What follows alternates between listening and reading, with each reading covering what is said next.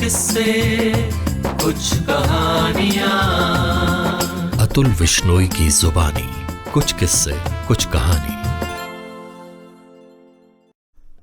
कुछ किस्से कुछ कहानियां में आप सभी का फिर से स्वागत है। दोस्तों, आज की रचना है घोड़े का मतिभ्रम। इसके लेखक हैं अतुल गर्ग। अतुल गर्ग पेशे से इंजीनियर और हृदय से एक लेखक हैं। घोड़े का मतिभ्रम ये व्यंग रचना उनके एक व्यंग संग्रह घोड़े का मतिभ्रम से ली गई है। तो आइए शुरू करते हैं यह व्यंग रचना घोड़े का मतिभ्रम। बैठे बैठे ही घोड़े में बुद्धिजीवी की आत्मा घुस गई। अब आदमी हो या जानवर, यदि बुद्धिजीवी की आत्मा विराजेगी तो दुर्गति तो होनी ही है। आदमी तो फिर भी अपनी बुद्धि के वजन के हिसाब से बुद्धिजीवी के विचारों को तौल कर ही अपने ऊपर हावी होने देता है। घोड़े बेचारे की छटांक भर की बुद्धि पर 2.5 किलो की बुद्धिजीवी की बुद्धि सवार हो गई। बस आने लगे तरह तरह के ख्याल घोड़े के मन में। हर चीज में उसे कमी दिखाई देने लगी। हर प्राणी में उसे अपना शोषण होता हुआ नजर आने लगा। घोड़े में बुद्धिजीवी की आत्मा अकारण ही नहीं आधमकी थी। हुआ यूं कि घोड़ा अपने मालिक की बग्घी को खींचते हुए कई मील की हवाखोरी करा कर लाया था। घर लौटने पर घोड़ा सोच रहा था कि मालिक उसके सर पर प्यार से हाथ फेरेंगे, दाना पानी पूछेंगे, पर मालिक तो ठहरा मालिक।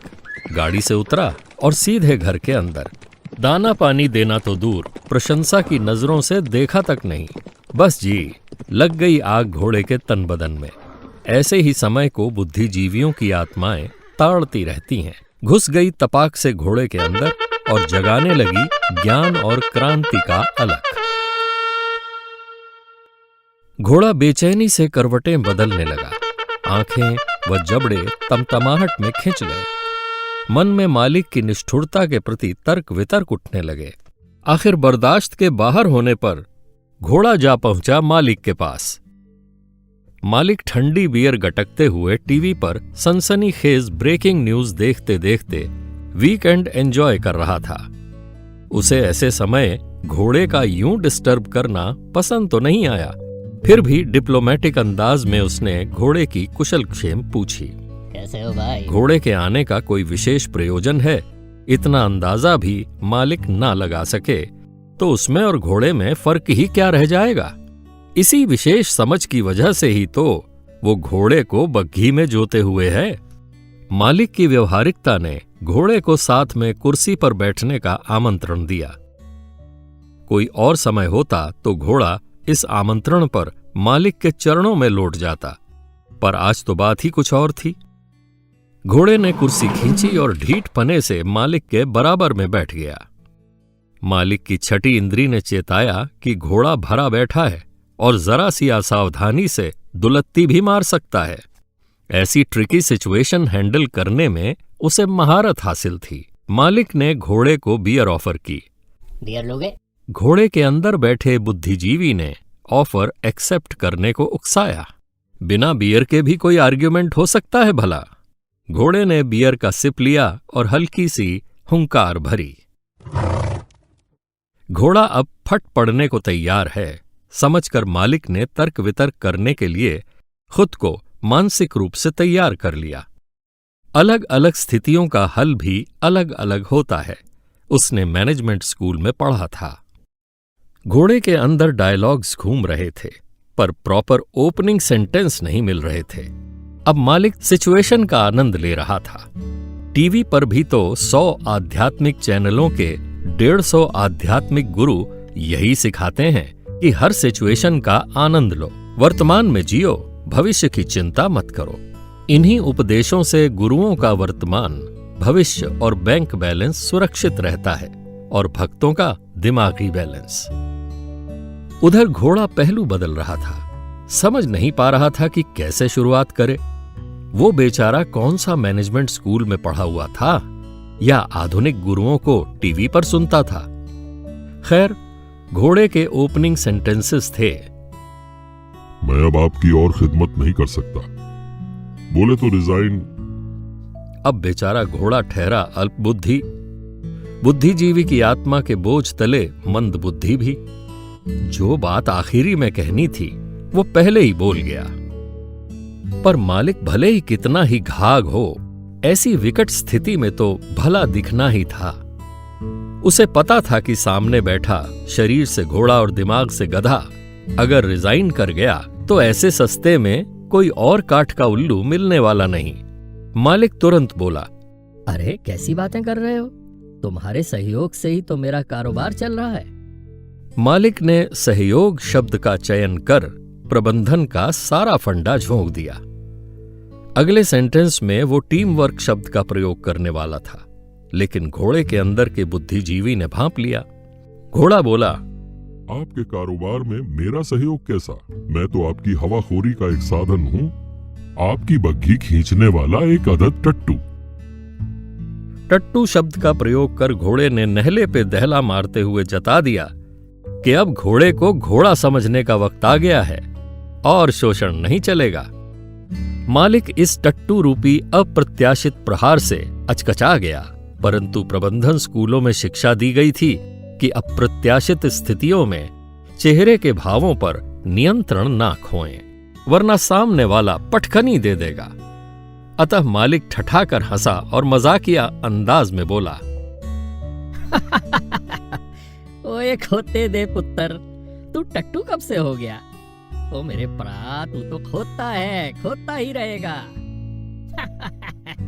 घोड़ा रूपी बुद्धिजीवी सजग था, वरना घोड़ा तो इस आत्मीयता से पिघलकर कुर्सी से उठकर मालिक के चरणों में बैठने ही जा रहा था। बुद्धिजीवी ने घोड़े को चेताया कि टॉपिक डाइवर्ट किया जा रहा है और उसको झिंझोड़ा। घोड़ा तंद्रा से बाहर आकर हुंकार भरते हुए बोला, सर्वहारा वर्ग तो गदर्भ था और गदर्भ ही रहेगा। आप जैसे पूंजीपतियों ने सदियों से घोड़ों को गधा बना के रखा है, पर अब समय आ गया है कि आप अपनी बेहतरी के लिए जाग जाएं, क्योंकि अब हम जाग गए हैं। मालिक समझ गया कि घोड़े पर किसी कम्युनिस्ट बुद्धिजीवी की आत्मा सवार हो गई है। अब काम तो इससे हो लिया, हां, जुबान से इससे कितनी ही बग्घी खिंचवा लो। उसे घोड़े का भविष्य भी नजर आ गया। शरीर पर भिनभिनाती मक्खियों को अपनी पूंछ से ना उड़ाकर ये इंतजार करना कि ये काम सरकार का है, साथ ही व्यवस्था और गंदगी को कोसना। ये ना देखना कि मक्खियां उसी के द्वारा की गई गंदगी पर ही भिनभिना रही हैं। मालिक ने फिर भी अपना संयम न खोया। मालिक ठहरा टॉप के प्रबंधन कॉलेज से MBA। 15 साल के अनुभव ने उसे सिखा दिया था कि घोड़ों को कैसे गधा साबित कर उनके आगे गाजर लटका काम का ज्यादा से ज्यादा बोझ लादा जाए। चने के पैकेज का ऑफर देकर कैसे भूसा परोसा जाए, जिससे घोड़े को खुशी खुशी उस भूसे में भी चने का स्वाद आए। कॉलेज से निकलने के बाद उसने भी चना समझकर काफी भूसा खाया था और अब वो भूसा परोसने में माहिर हो गया था। उसने घोड़े को बेहतर सुविधाओं का आश्वासन दिया, साथ ही घुड़साल में कूलर लगाने का प्रस्ताव भी रखा।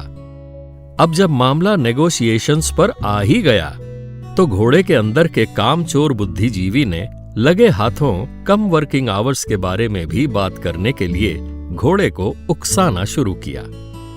घोड़े ने बोला कि वो सुबह 10 बजे से पहले बग्घी में नहीं जुतेगा और 4 मील के चक्कर के बाद 1 घंटे का रेस्ट। उस 1 घंटे में उसे चने व कोल्ड ड्रिंक्स सर्व किए जाएंगे। 1 दिन में 8 मील से ज्यादा का चक्कर नहीं लगाएगा और लगे हाथों 5 डे वीक का भी प्रस्ताव दे मारा। घुड़साल में AC, कलर टीवी एवं फ्रिज की भी फरमाइश रख दी। घुड़साल की समय पर सफाई, दिन में साइस द्वारा 2 बार मालिश एवं खाने में वैरायटी अलग मुद्दे थे। घोड़े की मांगों को सुनकर मालिक का मालिकपना जागृत हो गया। मालिक ने सुन रखा था, भय बिनु होए न प्रीत। आध्यात्मिक गुरु भी यही कहते हैं और रामचंद्र जी ने भी यही कहा था। बस मालिक ने कमरे का दरवाजा बंद किया, घोड़े के पैर कुर्सी से बांधे और इससे पहले कि घोड़ा कुछ समझ पाए सड़ासड़ चाबुक बरसाने शुरू कर दिए। पहले 2 चाबुकों के बाद ही घोड़े के अंदर बैठी बुद्धिजीवी की आत्मा घोड़े को राम राम कर परमात्मा में विलीन हो गई। अचानक ही घोड़े की आंख खुल गई। ओह, ऊँघते ऊँघते उसने कैसा भयानक दुस्वप्न देखा था। अच्छा हुआ ये स्वप्न ही था, नहीं तो आज बेभाव की पड़ती और बग्घी खींचने का अच्छा खासा व्हाइट कॉलर जॉब भी हाथ से निकल जाता।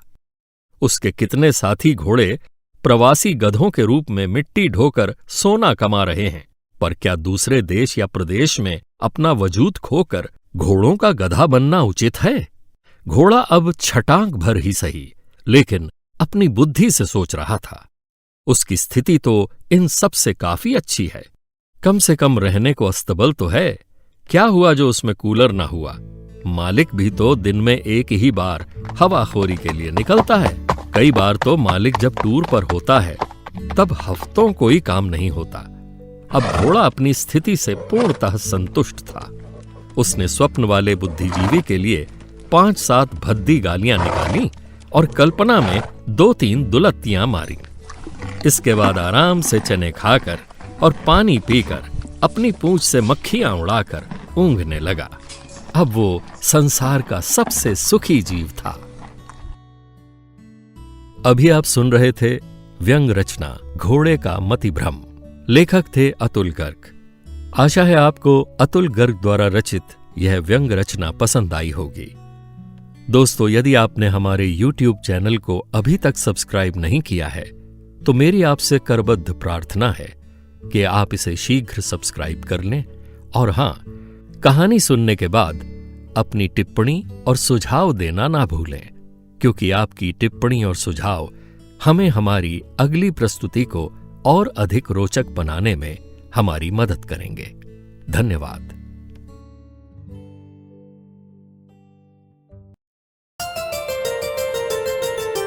कुछ किस्से, कुछ कहानियां। अतुल विश्नोई की जुबानी। कुछ किस्से, कुछ कहानी।